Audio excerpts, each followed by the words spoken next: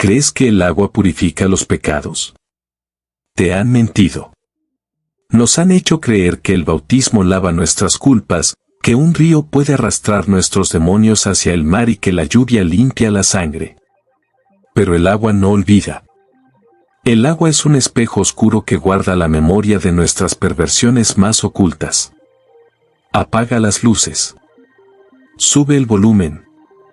Siéntate y acomódate, porque hoy te voy a llevar a un lugar del que muy pocos han regresado, y los que lo han hecho, desearían no tener memoria.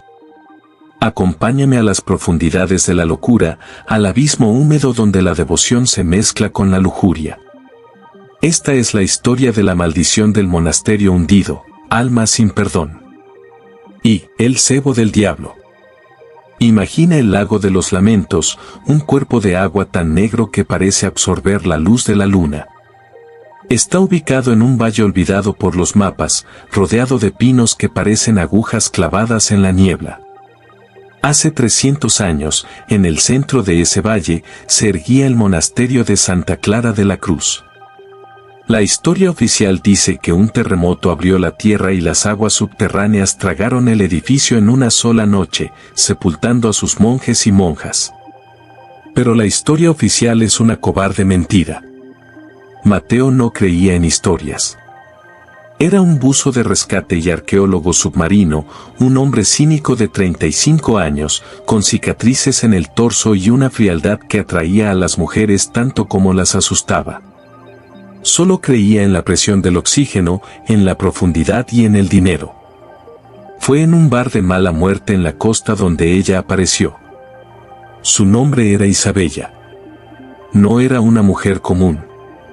Llevaba un vestido de seda negra que se adhería a su cuerpo como una segunda piel, delineando curvas pecaminosas que contrastaban violentamente con el enorme y antiguo rosario de plata que colgaba de su cuello, descansando justo en el nacimiento de su escote.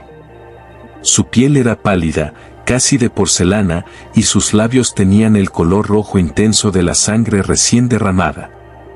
Cuando se sentó frente a Mateo, el aire se llenó de un perfume embriagador, una mezcla de incienso de iglesia, rosas marchitas y algo más, algo que olía a sábanas húmedas y deseo sudoroso. «Dicen que eres el mejor bajando al infierno, Mateo», susurró ella, inclinándose sobre la mesa. Su voz ronca era un roce físico en el oído del buzo. «Depende de qué demonio quieras sacar de allí y de cuánto estés dispuesta a pagar», respondió él, sin poder apartar los ojos de la cruz de plata que subía y bajaba con la respiración agitada de la mujer. Isabella sonrió. Una sonrisa que prometía el cielo, pero garantizaba el infierno. «Quiero que bajes al monasterio de Santa Clara. Hay un artefacto en el altar principal. El cáliz de los suspiros.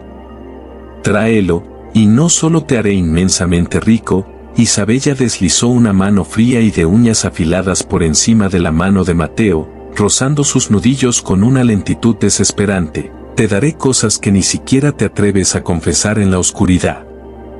El trato estaba sellado. No por el oro, sino por la intoxicante red de seducción que ella había tejido a su alrededor en menos de 5 minutos.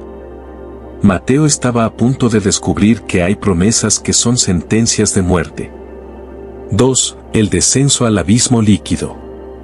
Al atardecer del día siguiente, el bote de Mateo flotaba sobre el lago de los lamentos.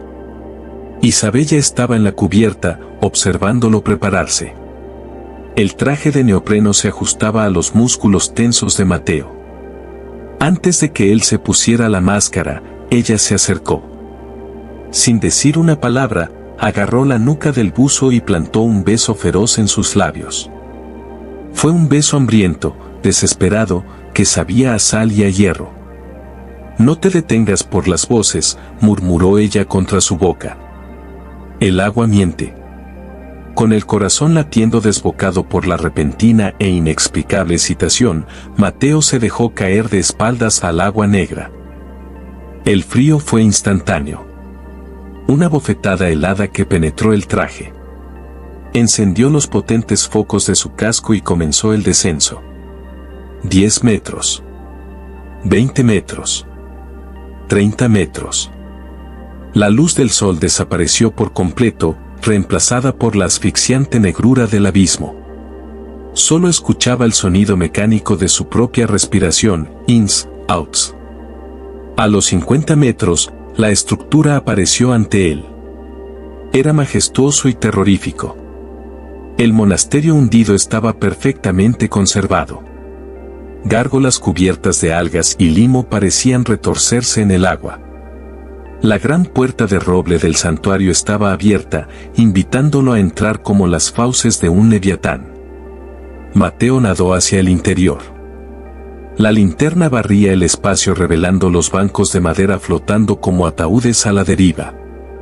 Pero algo estaba mal.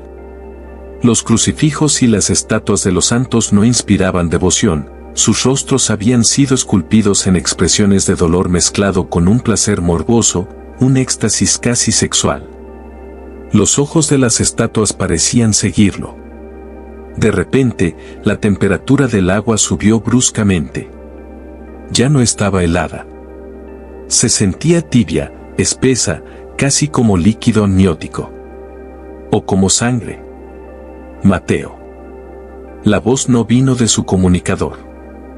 Sonó directamente dentro de su mente, un susurro húmedo y seductor que le erizó el vello de los brazos. 3. El pecado en el altar.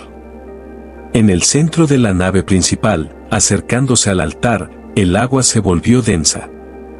Y entonces, la vio. No era un pez ciego de las profundidades. Era una figura humana. Una monja. O al menos, lo había sido. El hábito blanco que llevaba estaba hecho jirones, flotando ingrávido en el agua y revelando la piel translúcida de su cuerpo desnudo. Tenía los ojos completamente negros, abismos vacíos de donde emanaba un magnetismo imposible. Mateo se quedó congelado, flotando. El terror puro chocó de frente con una excitación instintiva, animal y aberrante. La aparición se acercó a él. No nadaba, se deslizaba en el agua como el humo en el aire. Era Sor Inés. La leyenda que no contaban en los libros de historia. El monasterio no se hundió por un terremoto. Fue maldecido cuando Sor Inés y el alto inquisidor profanaron el altar mayor, entregándose a una pasión tan blasfema, tan carnal y violenta en medio de la misa de medianoche, que Dios mismo apartó la mirada y la tierra vomitó el templo hacia el abismo subterráneo. El fantasma de Inés flotó hasta quedar frente al visor de Mateo. Él intentó retroceder, patear con sus aletas, pero su cuerpo no le respondía. Estaba bajo un trance demoníaco. La aparición levantó una mano espectral y, atravesando el grueso cristal de la máscara de buceo, acarició la mejilla de Mateo. Sintió el roce.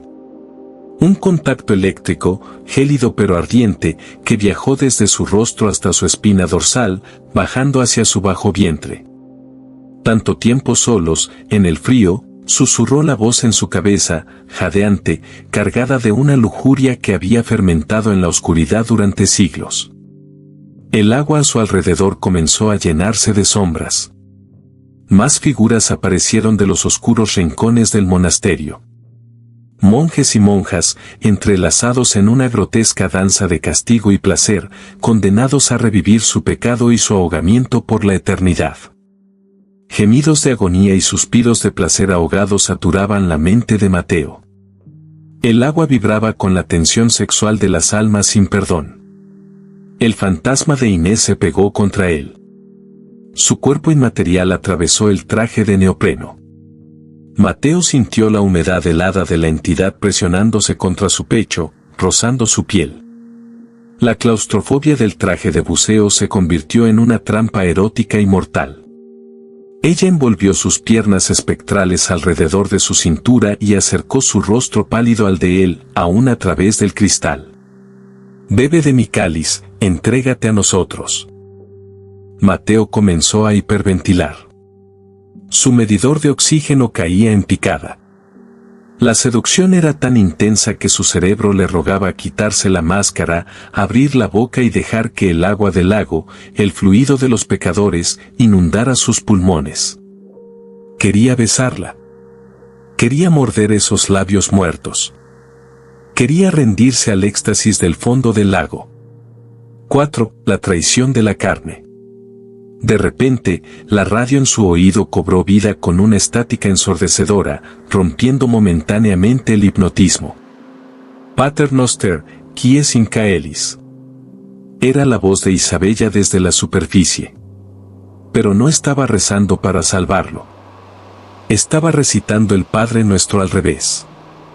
La voz de Isabella era ahora gutural, resonando en múltiples tonos.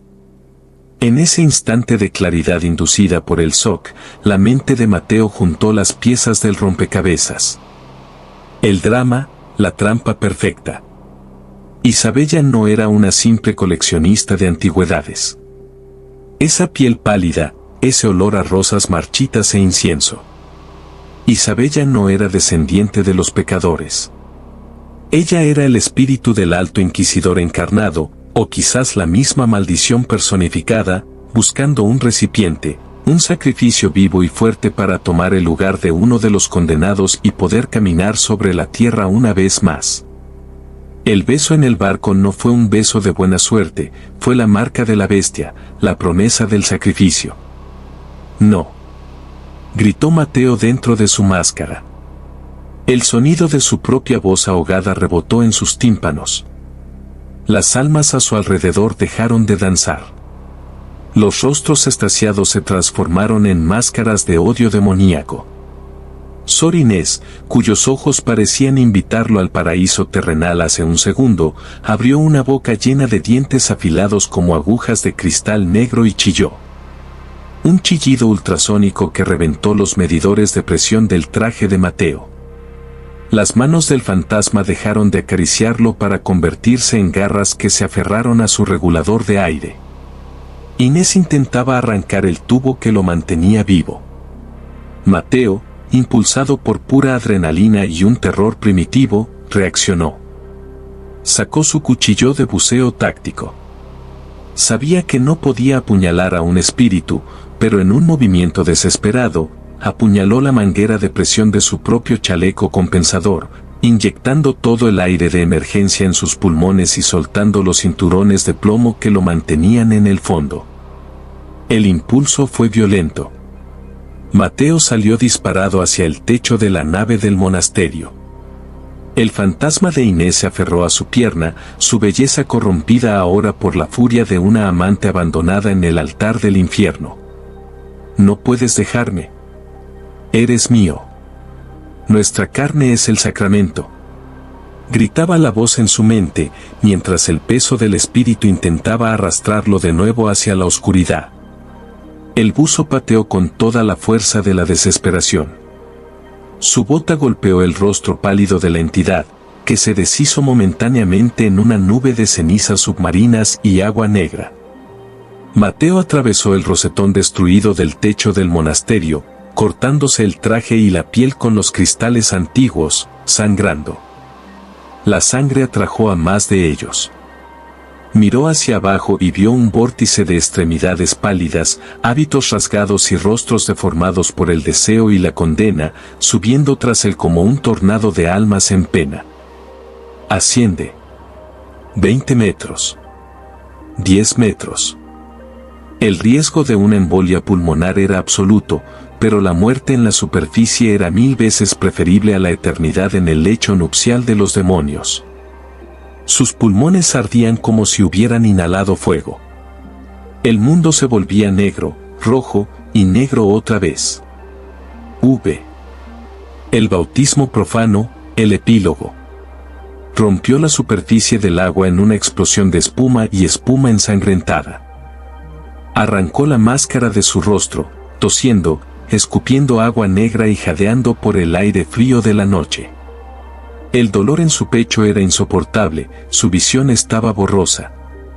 Nadó torpemente, aferrándose al costado del bote, luchando por subir a bordo con los músculos agarrotados por el pánico y el cambio extremo de presión. cayó de bruces sobre la cubierta de madera. Tosiendo brutalmente, se giró sobre su espalda, esperando ver a Isabella. Esperando verla lista para rematarlo. Pero el barco estaba vacío. No había rastro de la mujer del vestido de seda negra. No había equipo. Solo el frío viento de la madrugada aullando entre los pinos del valle.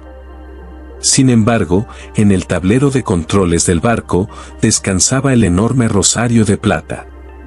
Brillaba a la luz de la luna llena. Mateo sobrevivió. Los médicos dijeron que era un milagro que no hubiera sufrido un accidente de descompresión fatal. Le dijeron que las alucinaciones eran producto de la narcosis por nitrógeno, el borracho de las profundidades. Pero tú y yo sabemos la verdad, ¿no es así? Mateo nunca volvió a bucear. Se mudó a una ciudad en medio del desierto, lo más lejos posible de cualquier océano o lago. Pero la maldición de Santa Clara no es una maldición ligada a la geografía, es una maldición ligada a la sangre y al deseo. Cada noche, cuando Mateo apaga la luz e intenta dormir, la temperatura de su habitación desciende de golpe. El aire se vuelve denso, pesado, y el olor a rosas marchitas e incienso inunda la cama. Siente cómo sus sábanas se humedecen lentamente con agua helada. Y en el silencio más absoluto, justo antes de cerrar los ojos, siente unas manos frías y delgadas que se deslizan bajo sus prendas, acariciando su pecho, acompañadas por un susurro húmedo en su oído que le promete un placer que lo volverá loco. Bebe de mi cáliz, pronto estaremos juntos de nuevo. El monasterio hundido sigue allí, en las oscuras profundidades del lago de los lamentos. Esperando. Paciente. Las almas sin perdón siempre tienen hambre, y la lujuria del diablo jamás se sacia. Así que la próxima vez que sientas un escalofrío al entrar al mar, o que el agua de la ducha corra por tu espalda sintiéndose como el roce de unos dedos helados, no te des la vuelta. Cierra los ojos. Reza lo que sepas. Y sobre todo, por lo que más quieras en este mundo, no respondas a sus suspiros. Buenas noches. Mateo pensó que el desierto lo salvaría. Vendió su equipo de buceo, quemó sus bitácoras y se mudó a una cabaña en medio de las dunas de Sonora, donde el agua la MTTHSAX va MT MTYCMT. NHNG co NHNG Linuin con CNNCTNT.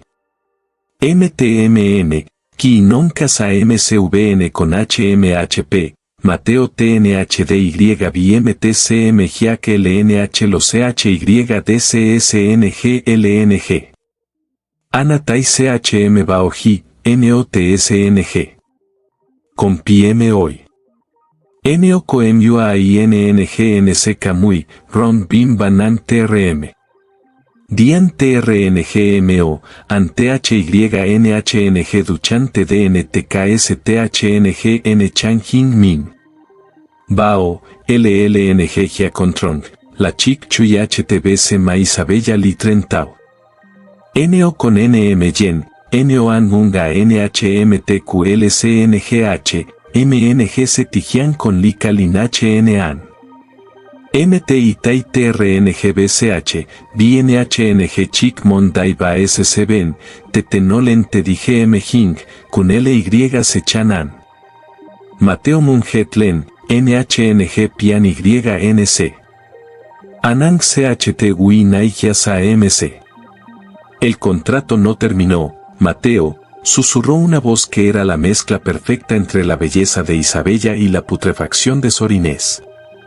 En el monasterio, el tiempo es circular. Y tú eres nuestro nuevo altar. A la mañana siguiente, la cabaña estaba vacía. No había rastro de Mateo. Lo único que encontraron los lugareños fue una mancha de agua con forma humana sobre la cama y un cáliz de oro antiguo, rebosante de un vino tinto que, al probarlo, sabía sospechosamente a sangre fresca.